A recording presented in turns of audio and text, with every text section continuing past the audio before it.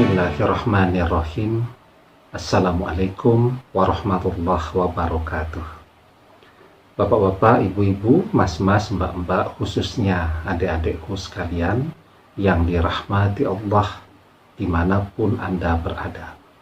Kembali di IIK Channel bersama saya, IIK Wijayanto.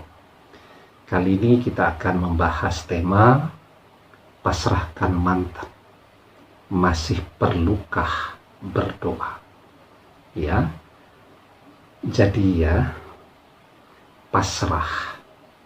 Kita pasrah dengan apa yang sudah kita usahakan. Kita bertawakal, ya. Kapan itu kita lakukan? Setelah kita melakukan usaha yang maksimal yang bisa kita lakukan, dan setelah itu tidak ada lagi apapun yang bisa kita lakukan kecuali berdoa. Ya, misal anak-anak nih SMP, SMA sebentar lagi kan mau ujian nasional ya untuk kelulusan. Yang SMP akan masuk SMA, yang kelas 3 SMA atau kelas berapa tuh? Kalau zaman sekarang kelas 12 ya. Kelas 12 akan masuk kuliah, ujian nasional. Apa yang dilakukan? Apa kemudian dari awal langsung pasrah? Saya pasrah saja. Ya, nanti soal-soal ujiannya, ya semoga ada keajaiban. Ya, dan kita tetap berharap bahwa dapat nilai baik. Hasilnya bagaimana? Ya tentu hasilnya akan berada di bawah orang-orang yang dia belajar dulu maksimal, ya, bahkan mungkin ikut les ke sana kemari, ikut bimbingan belajar online kan banyak sekarang. Setelah itu di rumah dia terus latihan mengerjakan soal, ya, bagaimana cara menjawabnya dengan cepat. Setelah itu dia berdoa, kemudian dia berangkat untuk mengerjakan atau menjalani hari-hari ujian nasional di sekolahnya. Setelah selesai ujian, artinya kan semua hasil belajar dan doa itu sudah tertuang tuh ya di dalam hasil ujian. Apa yang bisa dia lakukan sekarang? Belajar. Kalau ujiannya sudah selesai, ya tetap ada manfaatnya, ya secara luas untuk masa depan, ya. Tetapi kan tidak berhubungan lagi dengan hasil dari ujian nasional tadi. Belajar yang memberikan dampak terhadap hasil ujian tadi adalah belajar yang dilakukan sebelum ujian nasional tadi dilakukan, kan begitu ya. Nah, sehingga setelah ujian nasional itu dikerjakan, mau ngecek berapa kira-kira ya benar atau salah jawabannya, ya boleh aja.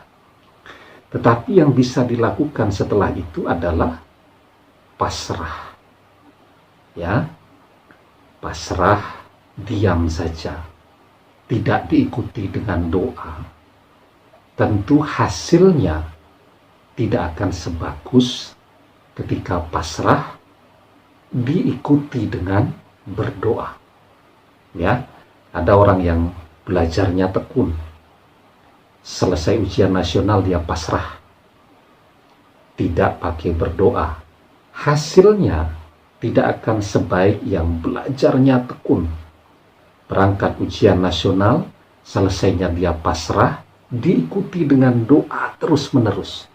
Insya Allah hasilnya akan lebih baik.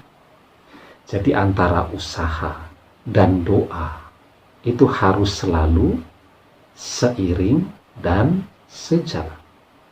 Ya. Nah, kita jawab pertanyaannya tadi, apakah kalau sudah pasrah ya dengan bab mantan ini tidak perlu berdoa lagi? Yang pasti begini ya, doa itu adalah tanda dan wujud butuhnya kita kepada Allah. Ya, di hadapan Allah kita harus selalu bersujud, merunduk, kita merendahkan diri. Ya, artinya apa? Kita minta kepada Allah, itu menunjukkan bahwa kita tidak berdaya, bahwa kita ini rendah. Tetapi ketika orang beribadah kepada Allah, tetapi dia sombong. Yang sombong itu yang seperti apa? Yang tidak mau berdoa, tidak mau minta. Itu adalah orang-orang yang sombong.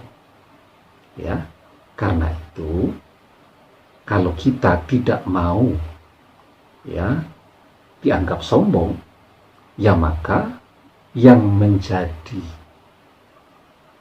kemampuan kita adalah meminta, berdoa, memohon kepada Allah ketika memang sudah tidak ada lagi yang bisa dilakukan agar mantan tadi kembali.